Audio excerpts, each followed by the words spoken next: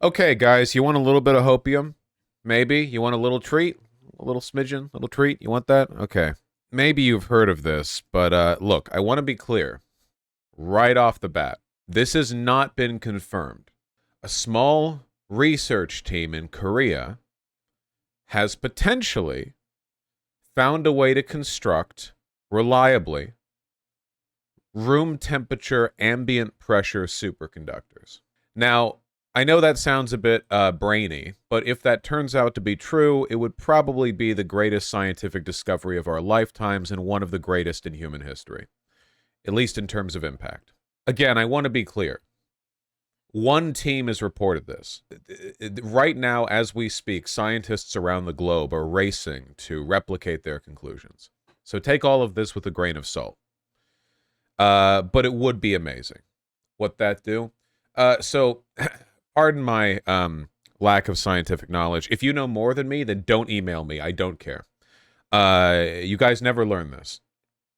But as I understand it, about 100 years ago, we discovered that you could freeze some materials, some metals, to such a low temperature that they adopt entirely new electromagnetic properties. Namely, that they conduct electricity perfectly with no loss in efficiency. And they can do cool magnet stuff. There's details online if you want to see. Problem is, the first superconductors had to be cooled with liquid helium, which is not easy to get. Later superconductors, turns out you can do it with liquid nitrogen, which is a lot easier to get. Still not that easy, though. Now, this research team is purporting to have discovered a way to do it at room temperature. Now, the reason this is huge is because superconductors are extremely useful for a lot of stuff.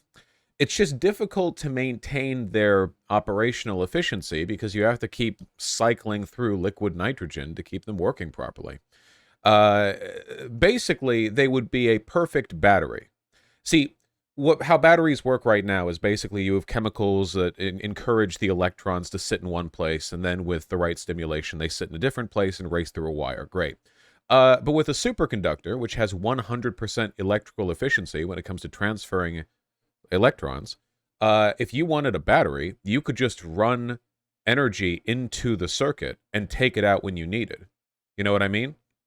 Think of it like rather than putting all the electrons in a box, you could just have them run circles around a cable forever until you wanted to use that. I know that sounds stupid, but batteries are a big problem right now when it comes to energy storage because it's really difficult to build batteries large enough to store the amount of energy that, say, like a power plant can produce throughout the day. Like the batteries necessary to do that, the lithium-ion batteries, they'd be enormous and incredibly expensive.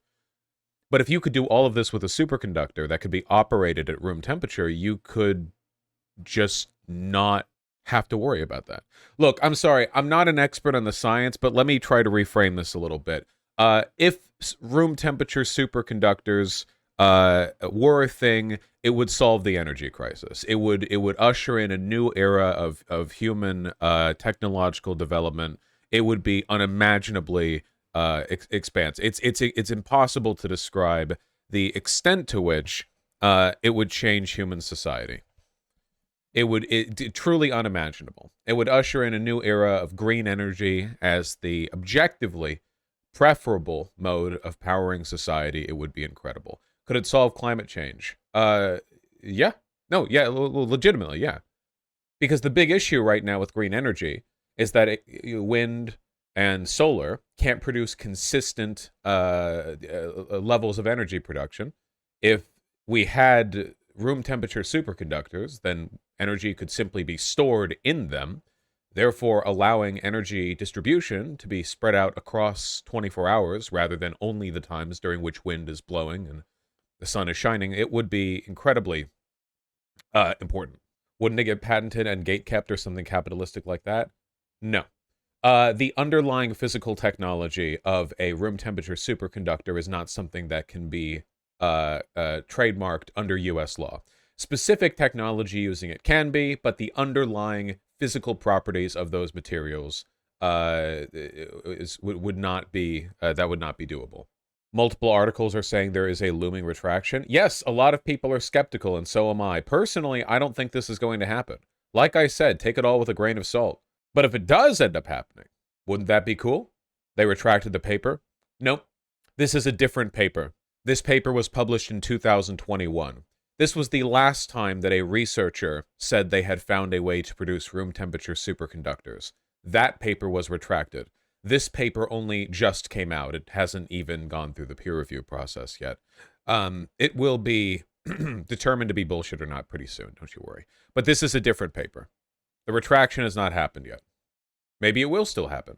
But I think it's nice to hang on to little bits of optimism while the planet dies.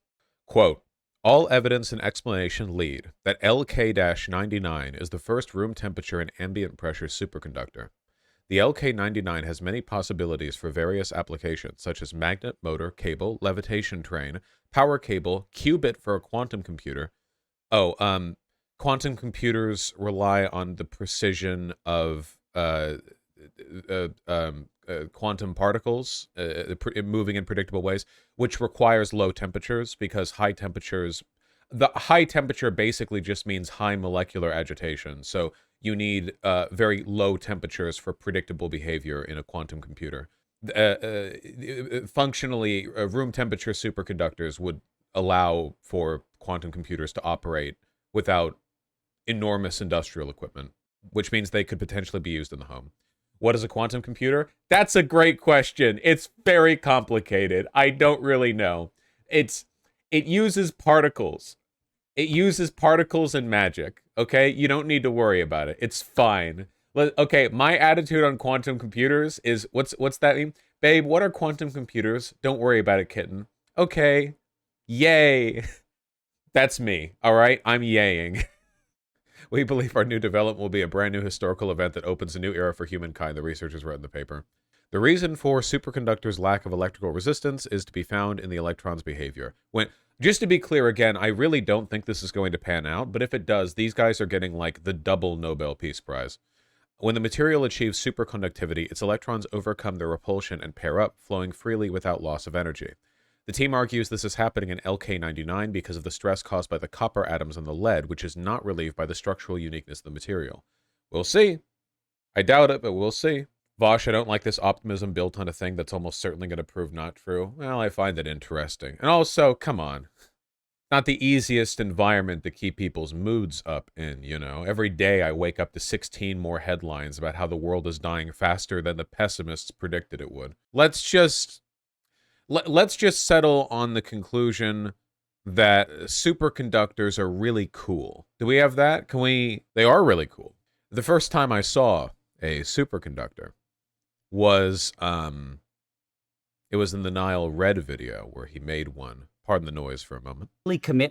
And the noise is done. Very complicated process, but basically you do magic to a piece of metal that makes all of its molecules get along real well together. And if you do it great, you can produce a magnet that'll make stuff levitate and conduct electricity perfectly with no resistance. That's a ferrofluid, a magnetic fluid that he's putting onto it, because, you know, why not? The gas that you see is the evaporating liquid nitrogen, because, again, this has to be kept at an extremely low temperature in order to function. You need very low molecular agitation. It is magic, effectively. Neat.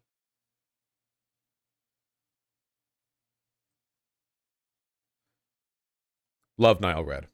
Love Nile Red. Really hope the paper turns out to be correct.